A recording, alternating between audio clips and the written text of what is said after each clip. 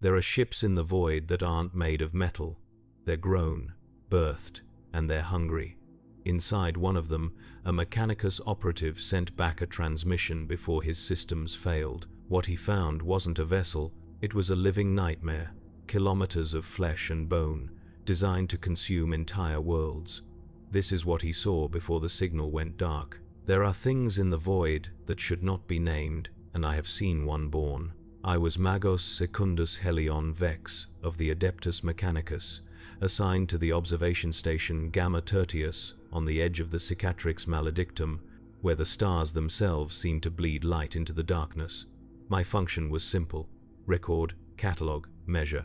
I existed to transform mystery into data, to reduce the incomprehensible universe into streams of binaric code that could be stored, analyzed, and filed within the endless archives of Mars. For 11 years I performed this task without deviation, watching distant stellar phenomena through augmented eyes that never blinked, recording gravitational anomalies that rippled through space like tremors through flesh. I believed myself beyond surprise.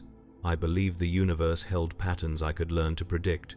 I was wrong in ways that still echo through the remaining organic portions of my brain, whispering truths I wish I could delete. The birth happened without warning, though later analysis would reveal we had been observing the precursor signs for months without recognizing them. There had been distortions in local space, readings that suggested massive gravitational displacement occurring in regions we had classified as empty void.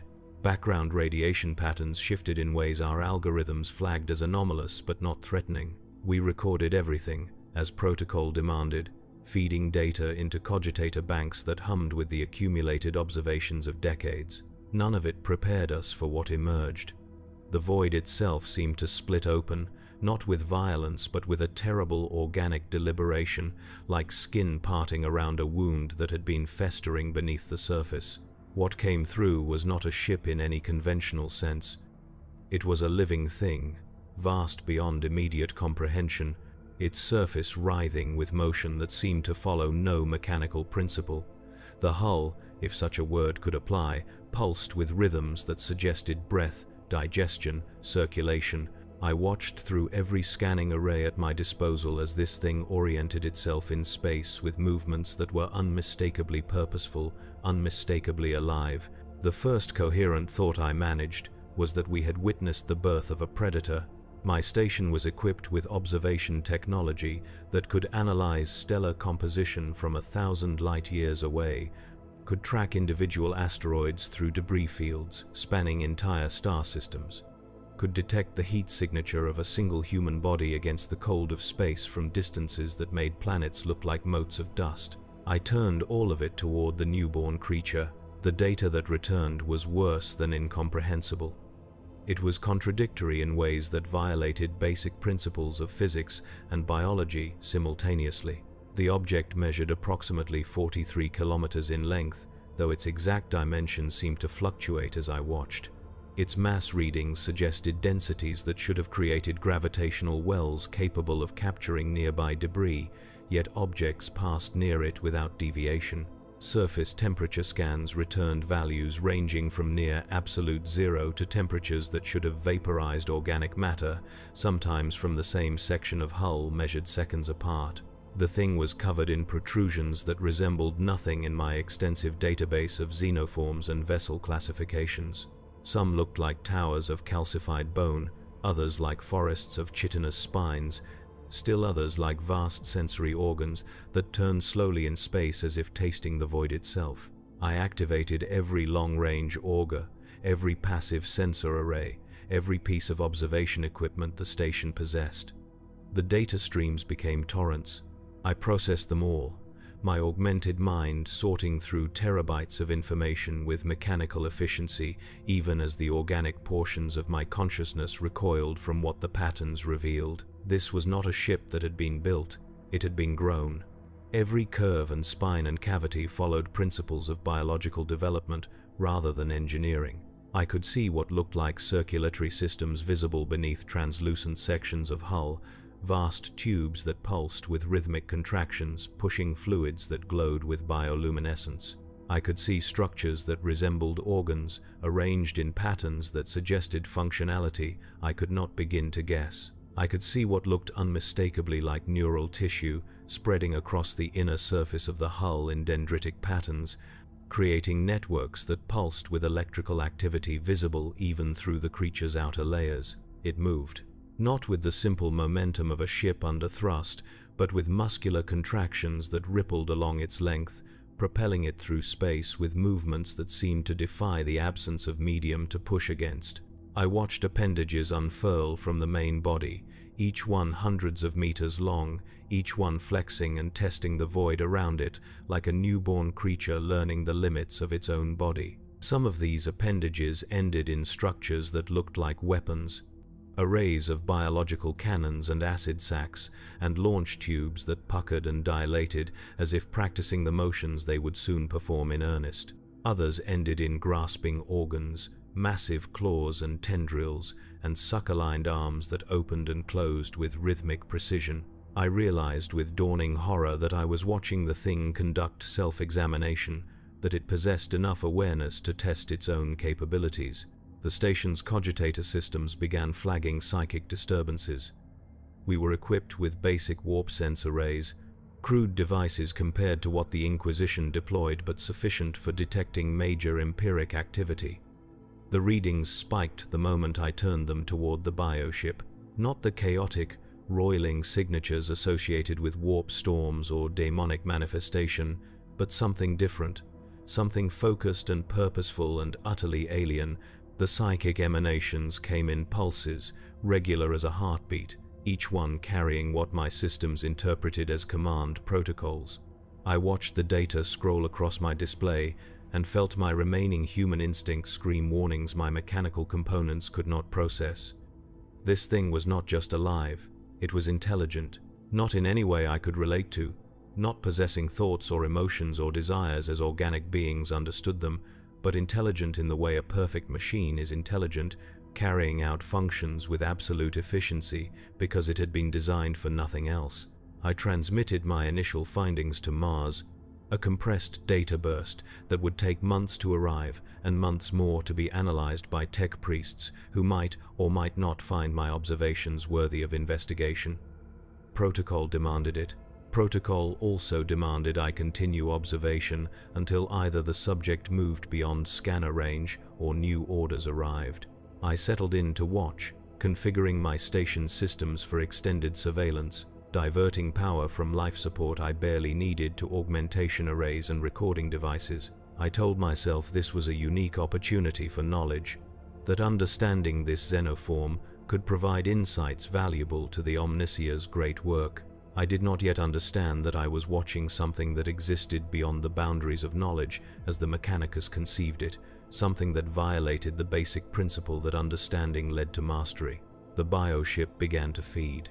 Small objects drifted in the void around it, debris from some ancient cataclysm, or perhaps simply the dust and ice that accumulated in interstellar space.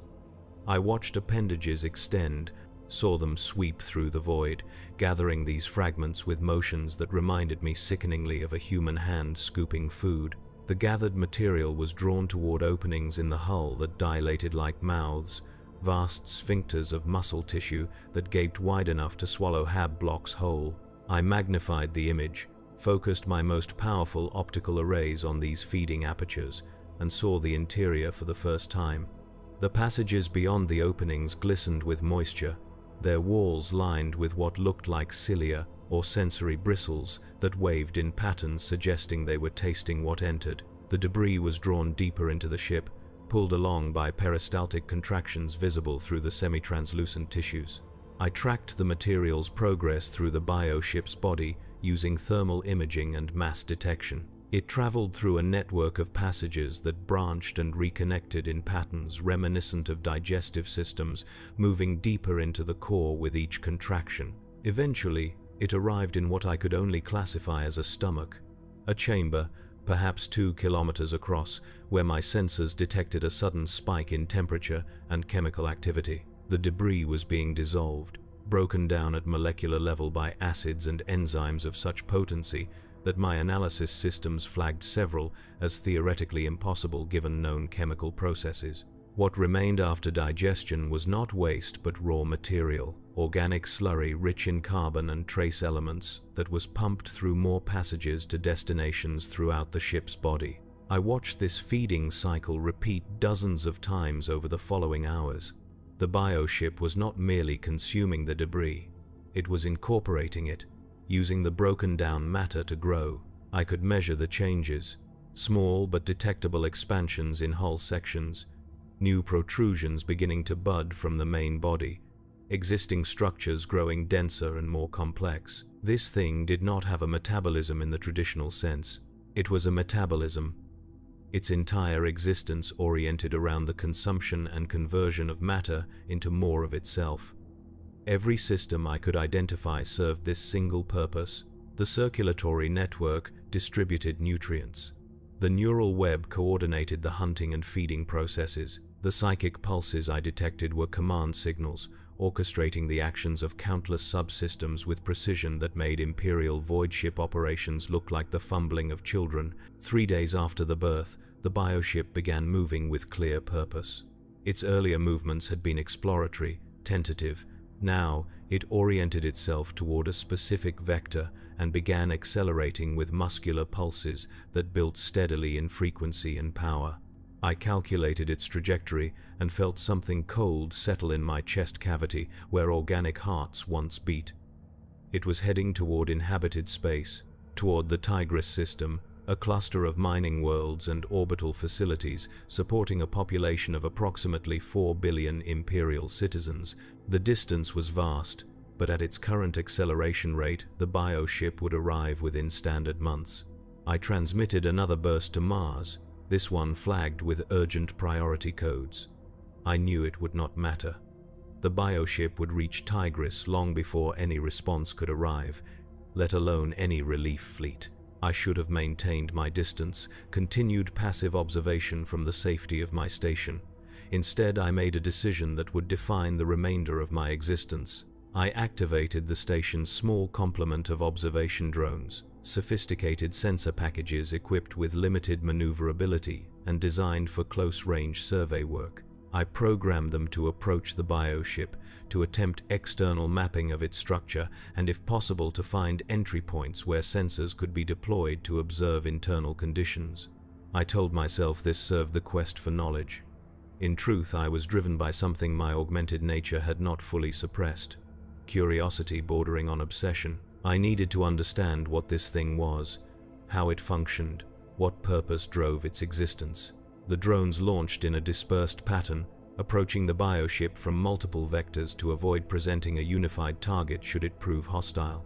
My caution was warranted but ultimately insufficient. The bioship detected them when they were still thousands of kilometers distant. I watched its psychic signature spike, saw command pulses radiate through its structure in patterns that suddenly made the thing seem less like a single organism and more like a colony of billions acting in perfect concert. Defense systems I had not yet identified activated with frightening speed. Appendages that had been folded against the hull snapped outward, tracking the drones with accuracy that suggested sophisticated targeting systems. Some of these appendages fired projectiles, organic missiles that accelerated with chemical propulsion, trailing streams of vapor that froze immediately in the void. Others discharged what my sensors identified as directed electromagnetic pulses, beams of energy that ionized the thin gas around them into visible streamers. I lost 4 drones in the first salvo. They simply vanished from my sensor grid, either vaporized or disabled beyond recovery. The remaining 6 took evasive action, following randomized patterns that should have made targeting difficult. It did not matter. The bioship's weapons tracked them with inhuman precision, adjusting to each dodge and weave with response times that suggested precognitive awareness. 2 more drones died. I began transmitting override commands, trying to abort the approach and recall the survivors. The bioship had other intentions. As one drone executed a sharp turn away from the main body, it passed close to an appendage that had appeared dormant. The appendage moved with startling speed, unfurling into a cage of chitinous fingers that snapped shut around the drone. I watched helplessly as the captured device was drawn toward the hull, toward an opening that yawned wide to receive it. The drone's signal did not cut out. Instead, it continued transmitting, sending a stream of data even as it was pulled into the bioship's interior. I received images of the passage, walls that pulsed with rhythmic motion and glistened with secretions that began eating through the drone's protective casing immediately. I received chemical analysis showing compounds designed to break down metals and ceramics as efficiently as organic matter. I received thermal data showing temperatures spiking as the drone was drawn deeper, subjected to crushing pressure and corrosive environments that degraded its systems moment by moment. The final transmission was garbled, half the data corrupted by what might have been acid damage or electromagnetic interference or something else entirely. Then silence. The remaining 3 drones I managed to recall. They returned to the station damaged but intact, their casings scarred by near misses and their sensor arrays partially blinded by electromagnetic pulses. I recovered what data I could from their brief approach. It was enough to construct preliminary maps of the bioship's external structure, to identify several major systems and begin classifying them by apparent function. I catalogued weapons arrays, propulsion appendages, sensory organs, feeding apertures, and what appeared to be launch bays for smaller organisms. I noted the layers visible where hull had been damaged by micrometeor impacts, revealing internal structures that suggested the entire ship was redundant at cellular level, capable of rerouting functions around damaged sections without apparent loss of efficiency. Most significantly, I had data from inside. I spent days analyzing the transmissions from the captured drone, extracting every fragment of information before corruption made it unreadable. The interior passages followed no standardized dimensions. They branched and merged organically, their diameters ranging from barely wide enough to admit the drone to vast chambers that could have held Imperial cruisers. The walls were not constructed of any material I could identify. They appeared to be living tissue, cellular structures arranged in layers that served multiple purposes simultaneously. Structural support, sensory input, circulatory function, neural transmission. I found evidence of specialized cells that generated bioluminescence, providing light in wavelengths suited to alien eyes. I found what appeared to be immune system components, mobile organisms that patrolled the passages consuming foreign matter and repairing damage. I found structures that could only be described as organs, though their purposes remained mysterious. The bioship continued its journey toward Tigris. I continued my observation, recording every detail of its movement and growth. It fed constantly now, extending appendages to capture any matter that came within range. Ice fragments, rocky debris, even stray atoms of hydrogen were gathered and consumed. I calculated that it was increasing its mass by approximately 0.3% per standard day, steady growth that would compound into significant size gains over the months of transit. More disturbing was the evidence that it was not merely growing larger, it was growing more complex. New structures budded from the hull and developed according to patterns I could not predict. Some became additional weapons. Others became what looked like sensory arrays or communication organs. Still others formed into shapes I could not classify, biological machines whose purposes I could only guess. 17 days after the birth, the bioship released its first spawn. I detected the event through thermal blooms on the hull surface, sections that suddenly radiated intense heat as if something within was preparing to emerge. Vast sections of hull began to bulge outward, distending like blisters rising on burned skin. The psychic signature intensified, command pulses hammering through the structure in rapid succession. I watched through every sensor as the blisters burst open and things emerged. They were smaller than the main ship, ranging from the size of attack craft to light cruisers. But they shared the same fundamental nature, living vessels, each one a self-contained organism, each one equipped with its own weapons and propulsion systems and sensory organs. They drifted free from the birth blisters and hung in space around the main bioship like attendants around a queen, their movements synchronized in ways that spoke of psychic coordination rather than individual decision. I counted 47 spawn vessels in the first release.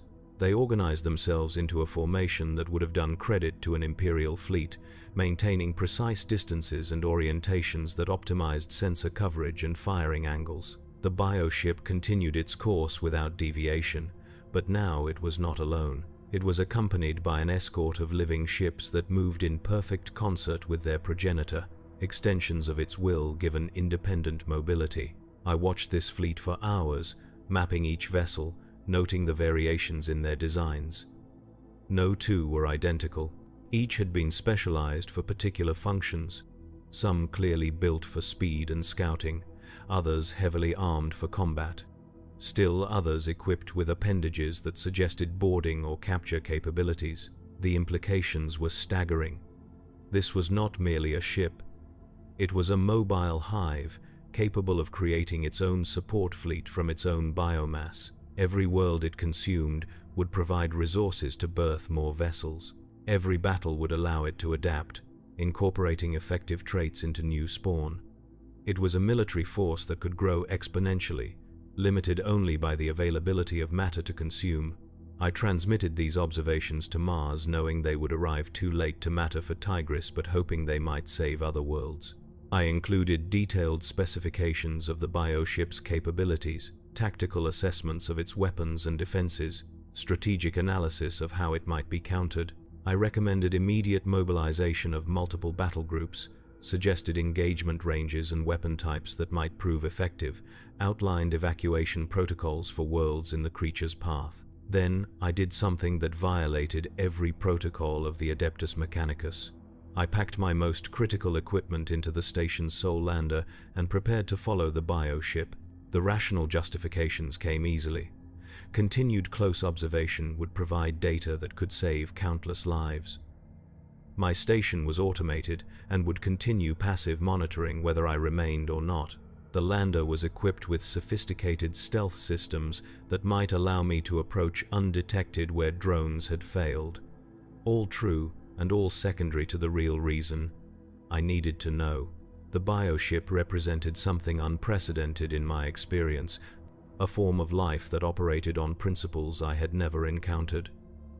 It offended my understanding of how the universe functioned. It suggested possibilities that made my augmented components feel crude and primitive. I had devoted my existence to knowledge, and here was knowledge that walked on legs of chitin and flew through space on wings of living muscle. The lander was designed for short-range work, equipped with supplies sufficient for perhaps 3 standard months of operation before critical systems would begin failing. I modified it extensively before departure, cannibalizing equipment from the station to extend its operational lifespan and enhance its sensor capabilities. I installed additional cogitator banks to process the data I intended to gather. I upgraded the communications array with long-range transmitters that could punch messages through even intense interference. I reinforced the hull with ablative plating scavenged from cargo containers. I turned the small craft into a mobile observation post, cramped and uncomfortable but capable of maintaining surveillance for extended periods. The journey to catch the biofleet took 11 days of hard acceleration that pushed the lander's engines beyond their recommended operational limits. I spent the time analyzing every scrap of data I had collected, building predictive models of the bioship's behavior, planning observation strategies that might yield maximum information while minimizing detection risk. I slept in brief cycles, my augmented physiology requiring less rest than baseline humans, my mind too engaged with questions to allow longer periods of unconsciousness. I ate reconstituted protein paste without tasting it, my attention focused entirely on the sensor displays, showing the diminishing distance to my target. When I finally matched course with the biofleet, I maintained a distance of approximately 20,000 kilometers, far enough that I hoped to avoid immediate detection, yet close enough for detailed observation. The lander's stealth systems were functioning optimally, masking my thermal signature and minimizing electromagnetic emissions. I drifted in their wake, like a scavenger following predators, watching, recording, trying to understand. The bioship had continued spawning during my pursuit. The fleet now numbered over 200 vessels arranged in patterns that suggested sophisticated tactical doctrine. They moved through space in a formation that resembled nothing so much as a predatory organism stalking prey, sensors extended, weapons ready, every element positioned to support the others. The psychic emanations had intensified to levels that interfered with my equipment. My warp sense arrays registered near constant activity, pulses and waves, and complex modulations that carried information I could not decode. I realized I was detecting the biofleet's communications network, watching psychic signals pass between vessels with perfect clarity, despite the vast distances involved. This was coordination beyond anything Imperial forces could achieve. No delayed transmissions, no garbled orders, no misunderstandings or failures in the chain of command. Every vessel received instructions simultaneously and executed them with mechanical precision. The fleet functioned as a single distributed intelligence, each ship a neuron in a vast brain that spanned thousands of cubic kilometers of space. I focused my sensors on individual vessels, studying their structures in detail. The smallest were perhaps 30 meters long, sleek organisms that seemed built purely for speed, their bodies streamlined and equipped with powerful propulsion organs that could generate impressive acceleration. I watched them conduct scouting sweeps, ranging far ahead of the main fleet, and then returning to report findings through psychic pulses.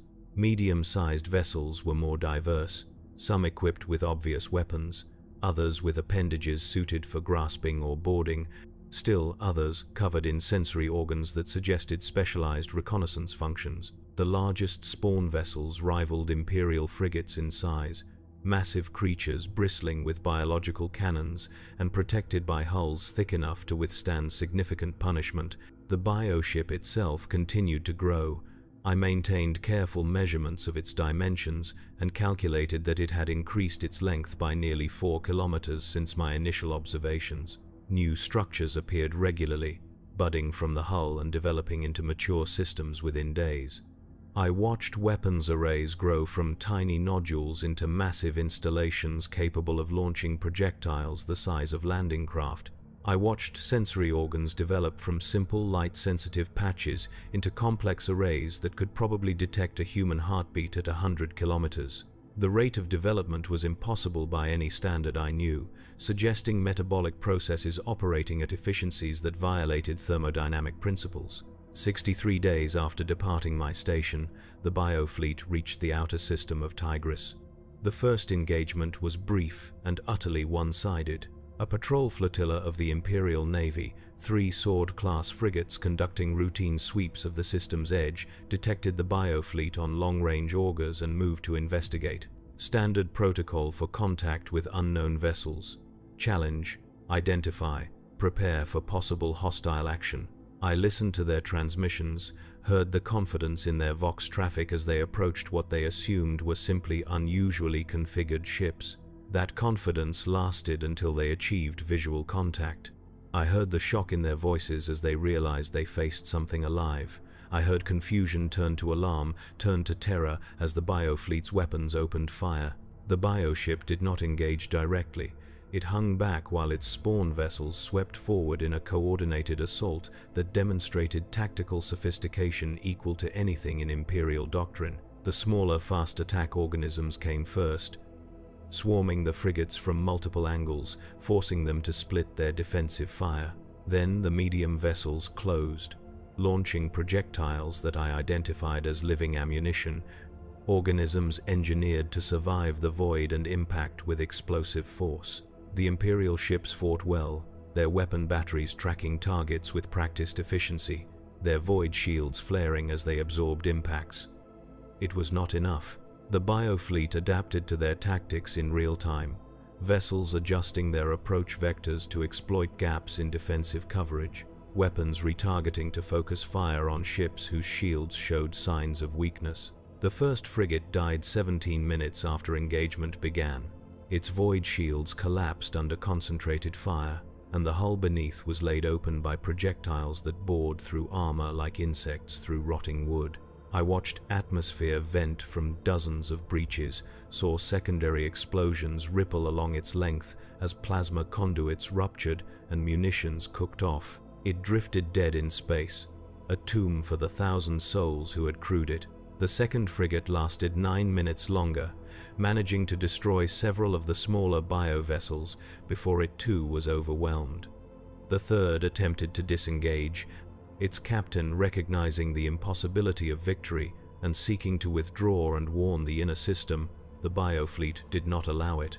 Fast attack organisms pursued, overtaking the fleeing ship despite its best acceleration, latching onto its hull and beginning to tear through the armor with appendages that combined cutting edges with acid secretions. I recorded everything, capturing detailed imagery of the bioweapons in action, analyzing their capabilities and limitations. I noted that the living projectiles showed signs of guidance systems, adjusting their courses mid-flight to track moving targets. I observed that the acid secretions were not uniform, that different organisms employed different chemical compositions, apparently optimized for different armor types. I documented the biofleet's tactical patterns, noting how vessels covered each other's approaches and concentrated fire to maximize damage. I was watching the product of evolutionary refinement applied to warfare, predators honed by countless battles across the galaxy into perfect killing machines. The third frigate's death was prolonged and terrible. The bioorganisms attached to its hull did not simply breach the armor, they bored into it, creating passages through which more organisms could enter. I received fragmentary Vox transmissions from the ship, screams and prayers and desperate pleas for aid that would never arrive. Then the transmissions cut out as the bioorganisms presumably reached the crew compartments. The frigate drifted silent for another hour before it began to show signs of internal consumption. I watched its hull slowly collapse inward as everything inside was dissolved and processed, watched the bioorganisms emerge bloated with absorbed nutrients and return to the main bioship to be reintegrated into its mass. The engagement had lasted less than 3 hours. 3 Imperial warships and approximately 3,000 trained personnel had been eliminated without causing significant damage to the biofleet. I calculated that the bioship had actually gained mass from the encounter, the nutrients absorbed from the destroyed frigates more than compensating for whatever biomass had been expended in spawning the attacking organisms. This thing did not merely win battles. It grew stronger from them, turning enemy vessels into food that fueled further expansion. Every victory would make it more dangerous. Every defeat it inflicted would swell its ranks. The biofleet continued into the Tigris system without pausing. The psychic signature intensified in ways that suggested anticipation or perhaps hunger. I realized with sick certainty that it could sense the billions of lives ahead, could feel the biomass waiting to be consumed. The spawn vessels spread into a wider formation, optimizing sensor coverage as they swept toward the inhabited worlds.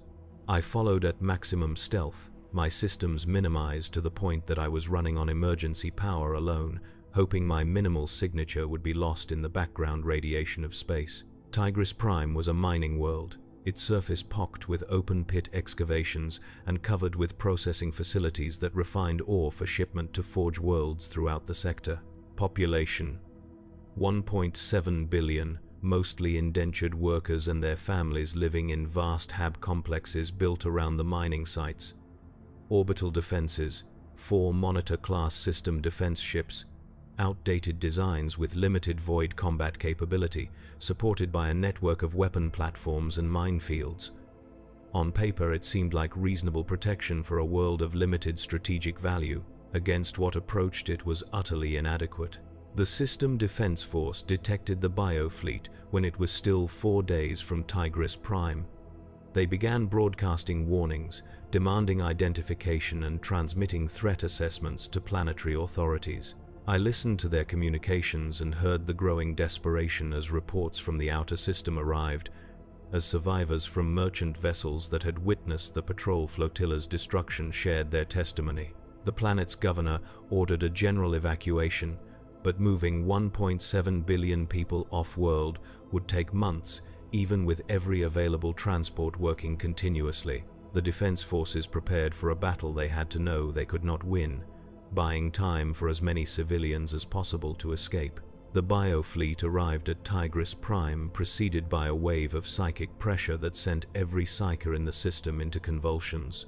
I felt it even through the heavy shielding of my lander, a weight pressing against my consciousness that made thought difficult and triggered warnings in augmented components designed to detect warp phenomena. The spawn vessels swept through the outer defensive perimeter with contemptuous ease, destroying minefields by the simple expedient of absorbing the detonations against armored hulls, eliminating weapon platforms with concentrated fire from biological cannons that launched projectiles with force comparable to macro batteries. The monitor ships lasted longer, their crews fighting with courage that deserved better odds.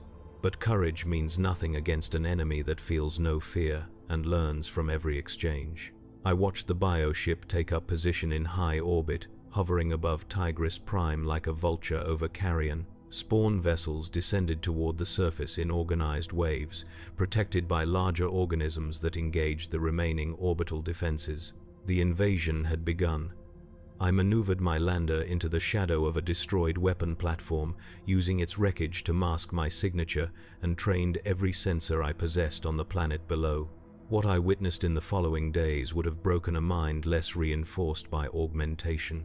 The spawn vessels that reached the surface were different from those used in void combat.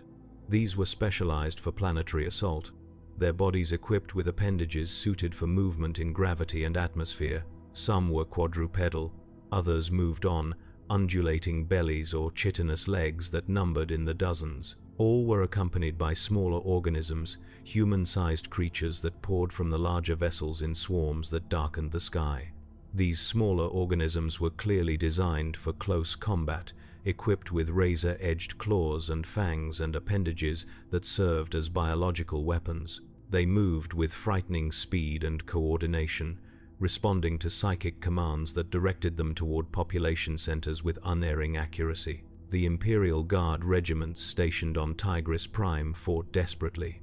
I observed their defensive positions through orbital surveillance, watched them establish kill zones and concentrate fire on the approaching swarms. Their las guns were effective at individual kills. Their heavy weapons could destroy the larger organisms with sustained fire, but there were too many attackers coming from too many directions. The bioswarms adapted to their tactics with unnatural speed. Organisms that survived initial contact displayed behaviors specifically designed to counter the defenses they had encountered. They approached from new angles, used cover more effectively, focused attacks on weapon positions and command structures. The biofleet was learning from every engagement, evolving its tactics in real time to optimize the slaughter. Entire cities fell within hours. I watched hab complexes overrun, saw swarms pour through breached walls and flow along streets like floodwater, saw desperate last stands that ended in screams broadcast over Vox channels. I could not bring myself to stop monitoring. The bioorganisms did not simply kill, they collected. Bodies were gathered by specialized organisms equipped with grasping appendages, dragged to collection points where larger creatures waited. These collector organisms were mobile digestive systems, their bodies consisting primarily of vast stomachs that could dissolve organic matter with incredible efficiency. They consumed the dead and dying without discrimination, processing human bodies into nutrient slurry that was pumped into storage sacks for transport back to orbit. I observed this harvesting process in detail that will haunt whatever remains of my sanity. The bioorganisms were not wasteful, they took everything. The bodies, the clothing, the organic components of equipment and structures. I watched them strip a hab complex down to bare metal and rock, consuming every trace of biological matter including wooden furniture, leather upholstery, even the bacteria that lived in the soil around the foundations. Within days, the areas they had swept through looked sterilized, lifeless in ways that went beyond mere absence of people. The very concept of life had been extracted and shipped to orbit to feed the waiting bioship. The planetary defense collapsed completely on the 6th day of the invasion. The remaining guard units were scattered and isolated, cut off from supply and reinforcement, facing an enemy that seemed to grow stronger as they grew weaker. Many chose death over capture. detonating munitions or plasma weapons in final acts of defiance that at least denied their biomass to the enemy. Others fought until they were overwhelmed, going down under waves of chitinous bodies that bore them to the ground and tore them apart with methodical efficiency. A few managed to escape off-world, boarding the last evacuation transports and fleeing the system with whatever civilians they could carry. I estimated the total evacuation saved perhaps 3% of Tigris Prime's population. The rest became food. The bioship descended into low orbit as the harvesting operation reached its peak. I watched collection organisms shuttle between surface and orbit in continuous streams, delivering their cargo to feeding apertures that gaped wide to receive them. The bioship was consuming Tigris Prime, not merely its population but the biomass of the entire planetary ecosystem. Organisms descended to the oceans and began processing marine life. Vast filtering appendages that strained plankton and fish from the water, while others hunted larger creatures. Swarms spread across the continents, consuming every plant, every animal, every microscopic organism they encountered. I calculated that they were stripping the planet of approximately 40 million metric tons of biomass per standard day, a rate of consumption that would leave Tigris Prime a lifeless rock within months. During this massacre, I maintained my hidden position and continued recording. Part of me screamed that I should do something, should intervene somehow despite the laughable inadequacy of my resources against such overwhelming force. The rational portions of my mind recognized the futility of such action. I was one aging Magos in a barely armed lander. I could accomplish nothing except my own death, which would serve no purpose beyond denying the Mechanicus the data I was gathering. I told myself that information was the only weapon I could bring to bear, that understanding the enemy was essential to eventually defeating it. I told myself this and continued to watch as billions died and a world was consumed. The bioship began to change in observable ways as it fed. The growth rate increased dramatically, its length expanding by over a kilometer per day as it absorbed the massive influx of nutrients. New structures appeared across the hull with startling rapidity, budding and developing and achieving apparent maturity within hours rather than days. I observed what appeared to be entire new organ systems growing into being, chambers and passages and specialized structures whose purposes I could only guess. The spawn vessel production increased as well. Birth blisters appeared across the hull in unprecedented numbers, each one gestating a new organism, the bioship converting its feast into an ever larger fleet. On the 15th day after the invasion began, I detected something that changed my understanding of what I was observing. A section of the bioship's hull, one I had been monitoring for structural analysis, suddenly became translucent. Not transparent, but translucent enough that my sensors could penetrate the outer layers and observe what lay beneath. I saw chambers, vast spaces within the bioship's body, and within those chambers I saw things that made my augmented heart skip its mechanical rhythm. Humans, living humans, suspended in some kind of fluid-filled sacs, their bodies penetrated by tendrils that pulsed with rhythmic motion. They were not being consumed, they were being preserved, maintained in some kind of stasis or hibernation. I counted hundreds in that one section, and my analysis suggested similar chambers existed throughout the bioship's interior. The implications were staggering. The bioorganisms were not merely killing and consuming, they were capturing and storing live specimens. For what purpose I could not determine, but the fact that they had a purpose beyond immediate consumption suggested intelligence and planning on a scale I had not fully appreciated. These creatures were not simple predators. They were conducting what might be described as systematic harvesting, sorting their prey into categories and processing each according to some predetermined plan. The dead became nutrients. The living became something else, prisoners or specimens or raw material for some process I had not yet observed. I refocused my sensors, scanning the bioship's hull for other translucent sections, other windows into its interior. I found several, each one revealing different types of chambers. Some contained what appeared to be genetic material, vast repositories of stored DNA suspended in nutrient baths. Others held what looked like embryonic organisms in various stages of development. new spawn being gestated according to patterns I could not predict.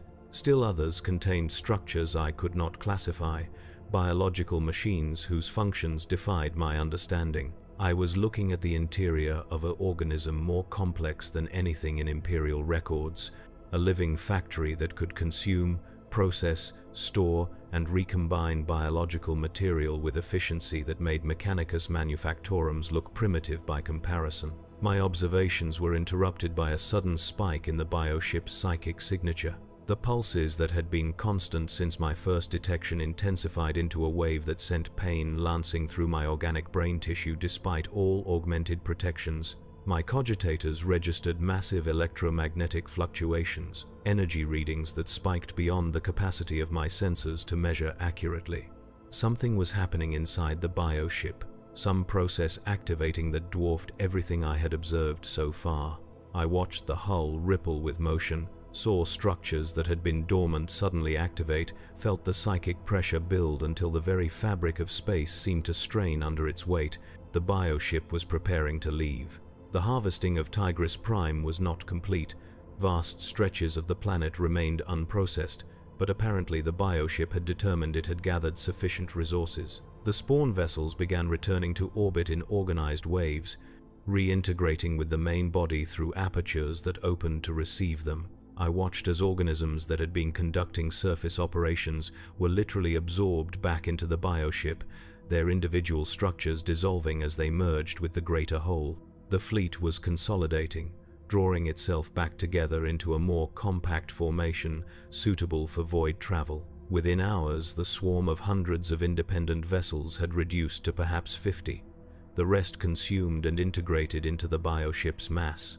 Then something happened that violated every principle of physics I understood. The bioship began to glow, not with heat or reflected light, but with a luminescence that seemed to originate from within its cellular structure. The glow intensified, spreading across the entire hull, making the thing visible despite the darkness of space around it. My sensors registered massive energy buildup, readings that suggested the bioship was channeling power on a scale comparable to a battleship's main reactor. The psychic signature reached levels that made my warp sensor rays scream warnings, the pulses combining into a continuous pressure that felt like a weight pressing against reality itself. Space tore open, not with the gradual transition of standard warp translation, but with violent suddenness that sent shockwaves radiating outward in all directions. A rift appeared, a wound in the fabric of reality that bled light in colors that had no name, and the bioship moved toward it without hesitation. I realized with horror that this thing could create its own warp passages, could tear through the barrier between material space and the immaterium through some biological process I could not begin to understand. It was not dependent on warp drives or navigators or any of the technology the Imperium required for faster-than-light travel. It simply opened a hole in space and entered, dragging the remnants of its fleet behind it. I had seconds to make a decision that would determine my fate. My lander was not equipped for warp travel. Its systems included no Geller field, no warp drive, nothing that would allow it to survive the immaterium. If I allowed the bioship to escape without following, I would lose contact, waste the weeks I had spent in observation, fail in my self-appointed task of gathering data. If I followed, I would almost certainly die, torn apart by warp entities or driven mad by exposure to the raw chaos of the immaterium. My augmented components calculated probabilities, evaluated options, presented conclusions. My organic components, the stubborn remnants of the human I had once been, made a decision that had nothing to do with logic. I fired my engines at maximum burn and dove toward the closing rift. The transition was instant and agonizing. One moment I was in real space, the next I was somewhere else, somewhere that violated every law of physics and geometry. My lander's hull groaned under stresses it was never designed to withstand. Systems began failing immediately, protective fields collapsing, sensors returning data that made no sense, cogitators crashing as they attempted to process impossible inputs. I felt the immaterium pressing against my mind, felt things in the darkness beyond my hull taking notice of my presence, felt my sanity begin to fray at the edges despite all augmented reinforcements. The bioship saved me, though it certainly did not intend to. The same field that protected it from the warp's predations extended far enough to encompass my lander, creating a bubble of relative stability in which the laws of reality maintained some semblance of function. I was riding in the wake of something vast enough to push back the chaos, sheltering in the shadow of a creature that moved through the Imperium as easily as through normal space. My systems began to recover, enough to maintain basic operations, enough to continue recording, though the data I gathered made increasingly little sense. Time had no meaning in the warp. We might have traveled for seconds or centuries. The journey might have covered light years or impossible distances that defied measurement. I have vague memories of watching the bioship move through that howling chaos, of seeing appendages extend and retract as if testing the substance of unreality, of feeling psychic pulses that seemed to navigate by instinct or perhaps by following sense imperceptible to human awareness.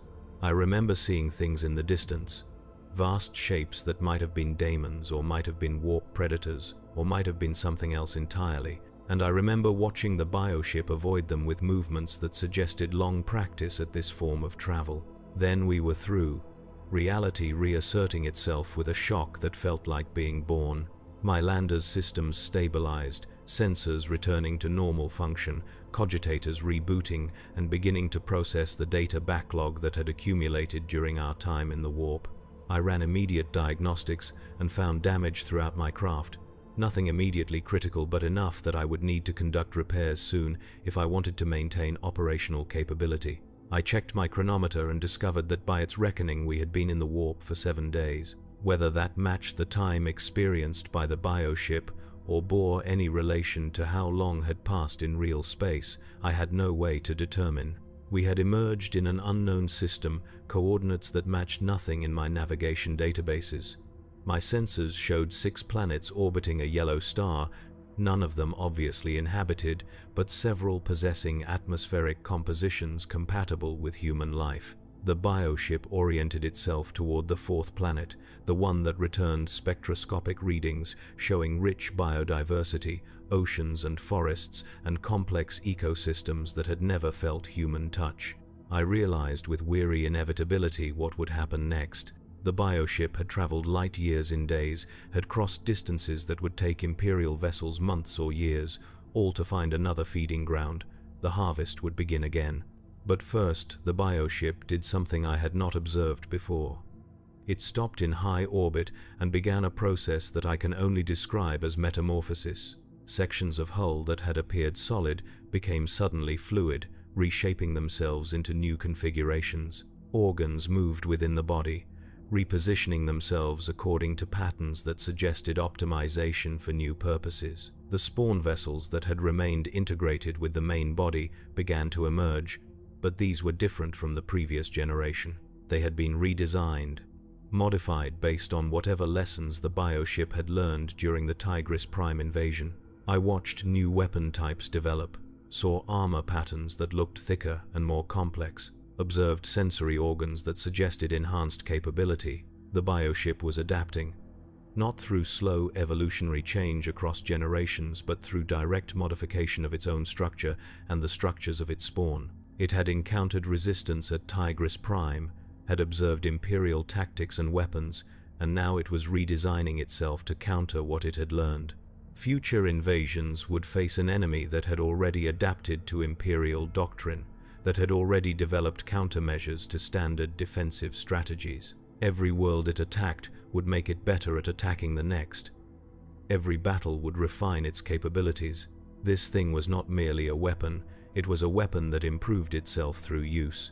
I spent weeks in that system, maintaining my hidden position and recording the bioship's activities. I watched it deploy new spawn to the planet below, observed harvesting operations that were more efficient than what I had seen at Tigris Prime, the swarms moving in patterns that minimized wasted effort and maximized biomass collection rate.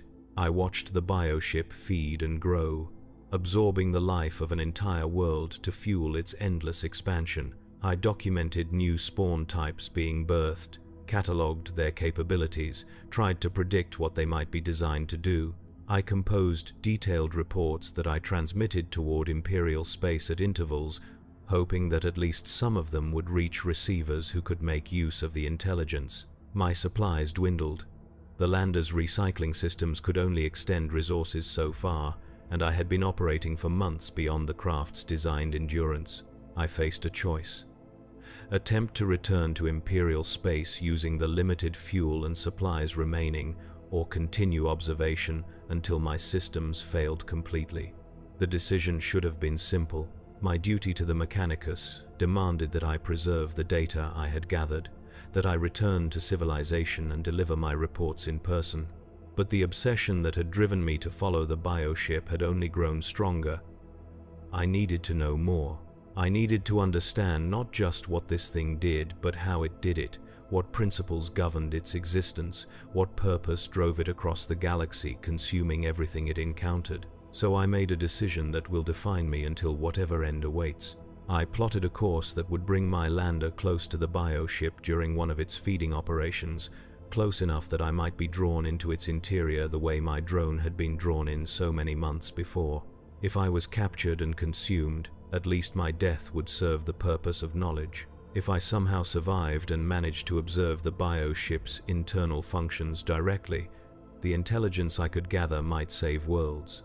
Either outcome seemed preferable to simply fleeing and wondering what secrets I had missed. I began my approach when the bioship was distracted by a particularly intense phase of spawning. Its attention turned inward as it gestated a new wave of organisms. I kept my engines at minimal thrust, drifting more than flying, hoping to be mistaken for debris, or perhaps not noticed at all. My lander's stealth systems were failing after months of continuous operation, but I coaxed them into one final effort, masking my signature as much as the degraded components allowed. I moved closer, kilometers becoming hundreds of meters, my sensors providing increasingly detailed images of the bioship's hull. The surface was not smooth as it appeared from distance. Up close, I could see that it was covered in textures, ridges and valleys and pores that suggested skin more than armor. I could see fluids seeping from some sections, glistening in the starlight with colors that spoke of complex chemistry. I could see movement beneath the surface, the shadows of organs shifting position, the pulse of circulation visible through translucent layers. I was looking at something alive in ways that made my augmented nature feel dead by comparison. This thing was life concentrated and optimized and weaponized, every cell dedicated to the single purpose of consuming and converting and reproducing. An appendage unfolded from the hull ahead of me, moving with the lazy grace of a predator that has spotted prey. I had been noticed. The appendage extended toward my lander, subdividing as it approached into smaller tendrils that spread to surround my craft. I did not attempt to flee. Instead, I cut my engines and allowed myself to drift, passive, making no movements that might be interpreted as aggressive. The tendrils made contact with my hull, wrapping around it with surprising gentleness, and began to draw me toward an opening that yawned in the bioship's surface. The last thing my external sensors registered before entering was the vastness of the bioship from this perspective, the sense of being consumed by something so large that I could spend a lifetime exploring and never see all of it. Then I was inside, pulled through a sphincter of muscle tissue that contracted around my lander and drew it deeper into the bioship's body. The interior was darkness broken by bioluminescence, patches of tissue that glowed in blues and greens and purples, providing enough light to see but creating shadows that seemed to move with independent life. The passage I traveled was lined with what I can only describe as cilia, countless hair-like projections that waved in patterns, suggesting they were tasting or sensing my passage. My lander was carried along by peristaltic contractions, pushed deeper into the bioship by muscular movements that were disturbingly similar to being swallowed. I activated my internal sensors, recording everything, measuring temperature and pressure and chemical composition of the atmosphere that now surrounded me. The air was breathable, surprisingly, high in oxygen with elevated carbon dioxide but not toxic, maintained at temperatures that would be comfortable for baseline humans. I realized the bioship's internal environment was designed to support life. Not human life specifically, but life in general, creating conditions where captured organisms could be preserved without requiring specialized containment. The walls around me glistened with moisture, secretions that my analysis showed contained nutrients and trace minerals. This was not merely a passage but a feeding tube designed to transport materials while simultaneously beginning the digestive process. The journey into the depths lasted perhaps 30 minutes, time measured by my chronometer since my normal sense of duration had become unreliable. Eventually, I was deposited in a chamber, expelled through another sphincter into a space vast enough that my lander's lights could not reach the far walls. I activated external floods, illuminating the chamber in harsh white light that revealed a cathedral of flesh.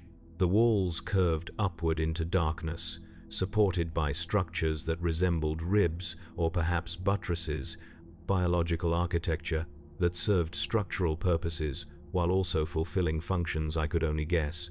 The floor was covered in a layer of fluid, perhaps a meter deep, viscous and warm, that my sensors identified as primarily water mixed with dissolved organic compounds. I was not alone in the chamber. My lights revealed other objects, masses that floated in the fluid or rested on the floor, things that had been consumed by the bioship and transported here for processing.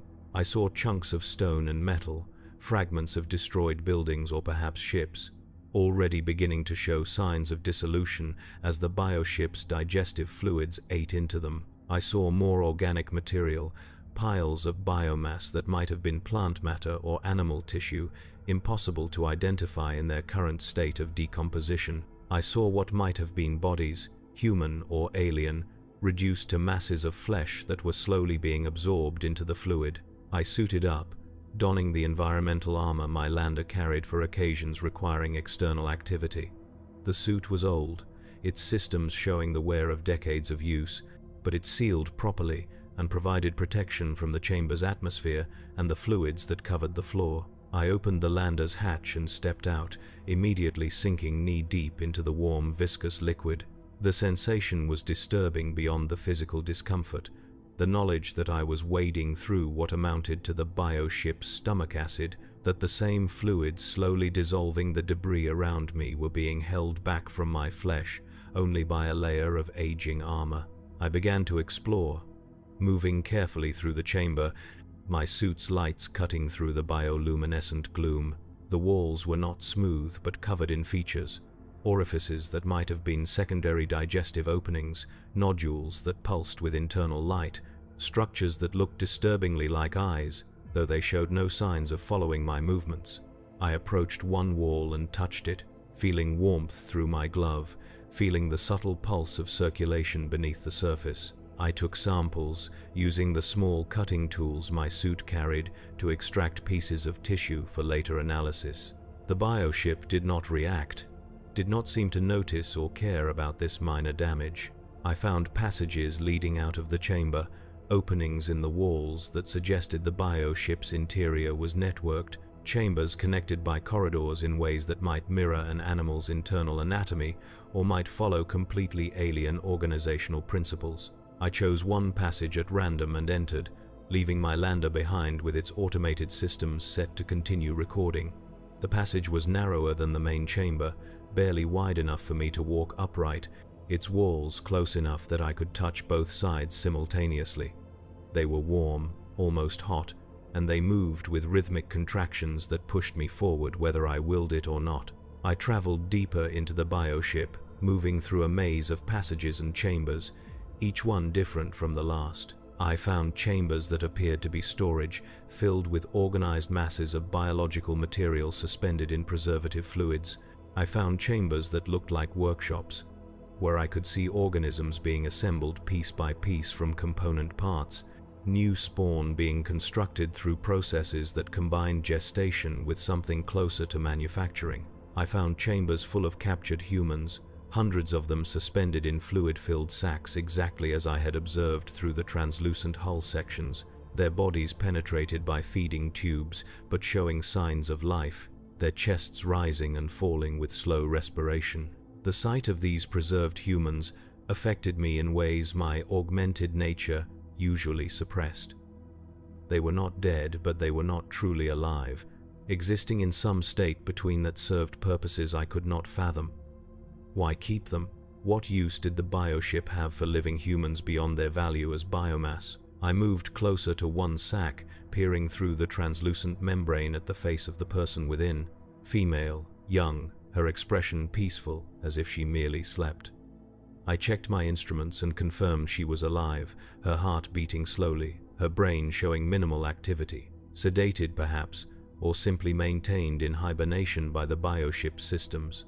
I began taking more detailed observations, documenting everything I saw, building a mental map of the bioship's interior organization.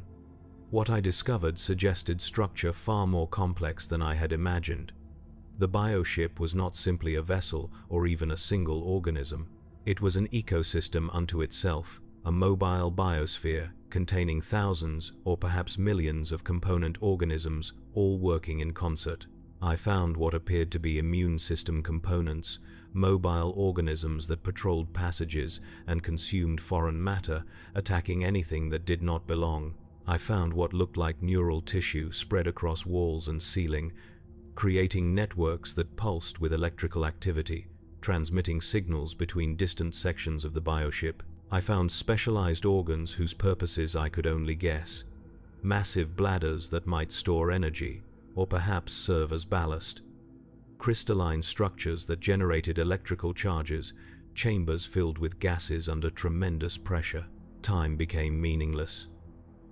I wandered for hours or perhaps days, my suit systems providing recycled air and water, my augmented physiology requiring minimal nutrition to continue functioning. I slept in brief periods when exhaustion overwhelmed me, finding corners where the passage walls provided some shelter, always waking with the certainty that I would be consumed while I rested. But the bioship did not attack. It seemed to tolerate my presence the way a human body tolerates intestinal flora, neither benefiting from me nor bothered enough to mount a response.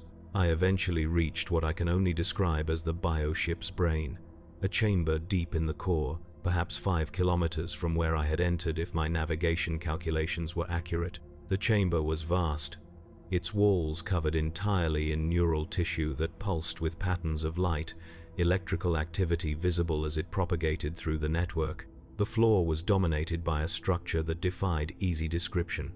A mass of brain tissue, the size of a building, folds and convolutions visible on its surface, the whole thing suspended in fluid and penetrated by countless nerve bundles that connected it to the surrounding walls.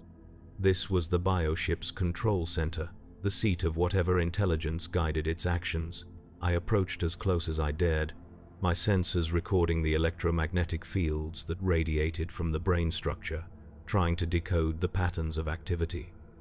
What I found was both more and less than I had expected. The brain did not think in any way I recognized. There were no discrete thoughts, no decision trees, no evidence of the kind of consciousness that I or even baseline humans experienced. Instead, there were patterns, endlessly repeating cycles of activity that flowed through the tissue in waves, triggering responses throughout the bioship's body. It was more like a program than a mind, a set of instructions hard-coded into biology and executed with perfect fidelity. The purpose behind those instructions became clear as I analyzed the patterns. Every pulse, every cycle of activity served a single goal: consume, convert, reproduce.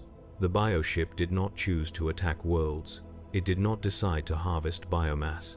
It simply followed imperatives coded into its very structure, imperatives that drove it to seek out life and transform it into more of itself. It was not evil or cruel. It was not anything.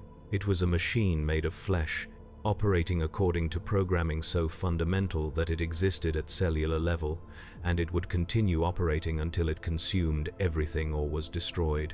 I felt something break inside me at that realization.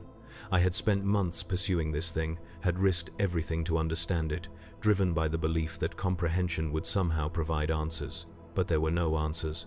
The bioship existed because it had been created to exist, by what or whom I could not determine, and it would continue existing until it ran out of fuel. Humanity was simply food, the Imperium simply an obstacle, Our struggles and deaths and desperate resistance merely friction against the operation of a system designed with no consideration for our existence. I began the journey back toward my lander, retracing my path through the maze of passages, moving through chambers I had documented and recorded. My suit's systems were failing, air recyclers clogged with the bioship's atmosphere, power cells running low, structural seals beginning to crack from exposure to digestive fluids.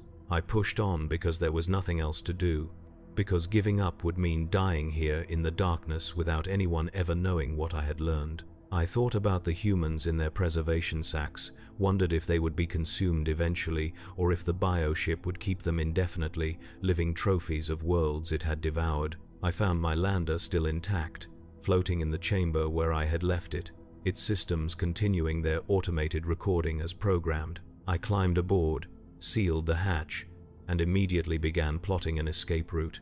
My analysis suggested that the bioship's feeding apertures might allow egress as well as ingress, that I could potentially position my lander to be expelled during the next digestive cycle. It was a desperate plan with low probability of success, but remaining inside meant certain death once my suit and lander finally failed. I waited 16 hours for the next cycle. When it came, the chamber's fluid began to drain, pulled away through passages in the floor. My lander was caught in the current and swept along, drawn through narrowing passages that squeezed the hull, threatening to crush it completely. I fired engines at minimal thrust, trying to maintain orientation, trying to avoid collision with the walls that contracted around me. The bioship's peristaltic movements accelerated, pushing me toward an exit, and suddenly I was expelled into space, vomited out through a feeding aperture that sealed immediately behind me. I found myself in orbit around the planet the bioship had been harvesting. My chronometer showed that I had been inside for 3 standard days. The bioship floated above me, continuing its work, apparently unconcerned with my escape. I oriented my lander toward the system's edge and began acceleration, burning the last of my fuel in a desperate attempt to reach safe distance before my systems failed completely. Behind me, the bioship continued to feed, its spawn vessels shuttling between surface and orbit, its body growing larger with each passing hour. I transmitted my final report using the last power in my communications array. I included everything: detailed observations of the bioship's exterior and interior, analysis of its capabilities and vulnerabilities, tactical assessments of its weapons and defenses, strategic predictions of its likely behavior patterns. I described the chambers full of preserved humans, the brain that operated on pure instinct, the adaptations it made based on encountered resistance. I warned that this was not the only such bioship, that the galaxy likely contained hundreds or thousands of them, all following the same imperatives, all consuming and converting and reproducing in an endless cycle that would not stop until nothing remained. I do not know if that transmission reached anyone. My lander's reactor failed moments after I finished broadcasting, all systems going dark as power reserves depleted completely. I floated dead in space, alone in the darkness, watching the distant bioship through my suit's simple optical lenses. I had enough air for perhaps 12 more hours. After that, I would suffocate, another victim of the thing I had spent months trying to understand. But I understood nothing. I had observed and recorded and analyzed, had penetrated to the very core of the bioship's being, and emerged with only the knowledge that understanding meant nothing. The bioship would continue, regardless of whether anyone comprehended it. It would consume Tigris Prime and the unnamed world and countless others, would grow and spawn and spread, would execute its programming with perfect efficiency until the galaxy ran out of biomass to feed it, and nothing I had learned would change that. I think about the people I saw in those preservation sacks, wonder if they dream in their chemical sleep, if they know what has become of them. I think about the billions consumed at Tigris Prime, their bodies reduced to nutrient slurry and pumped into the bioship's digestive chambers. I think about future worlds that will fall to this thing, about the escalating adaptations that will make it ever more efficient at harvesting life. I think about the terrible simplicity of its purpose, the purity of an existence devoted entirely to consumption and reproduction. The bioship is not evil because it cannot be evil. It is a process made flesh, an algorithm executing in biological substrate, and judging it would be like judging a storm for the destruction it causes. It simply is, and it will continue being until something stops it or until there is nothing left to consume. My air grows thin. The cold penetrates my failing suit. In the distance, the bioship pulses with bioluminescence, a mobile star of living tissue, beautiful in its terrible efficiency. I have perhaps an hour remaining. I will spend it composing this final testimony, recording it in my augmented memory with the hope that someday my body might be recovered and this data extracted. Let it serve as warning. Let it inform the strategies of those who will fight these things in battles to come. Let it at least mean that my death purchased knowledge, even if that knowledge cannot prevent what approaches. The bioship exists. It feeds, it grows, it spawns, it adapts, it spreads, it is life perfected into death, and it is coming.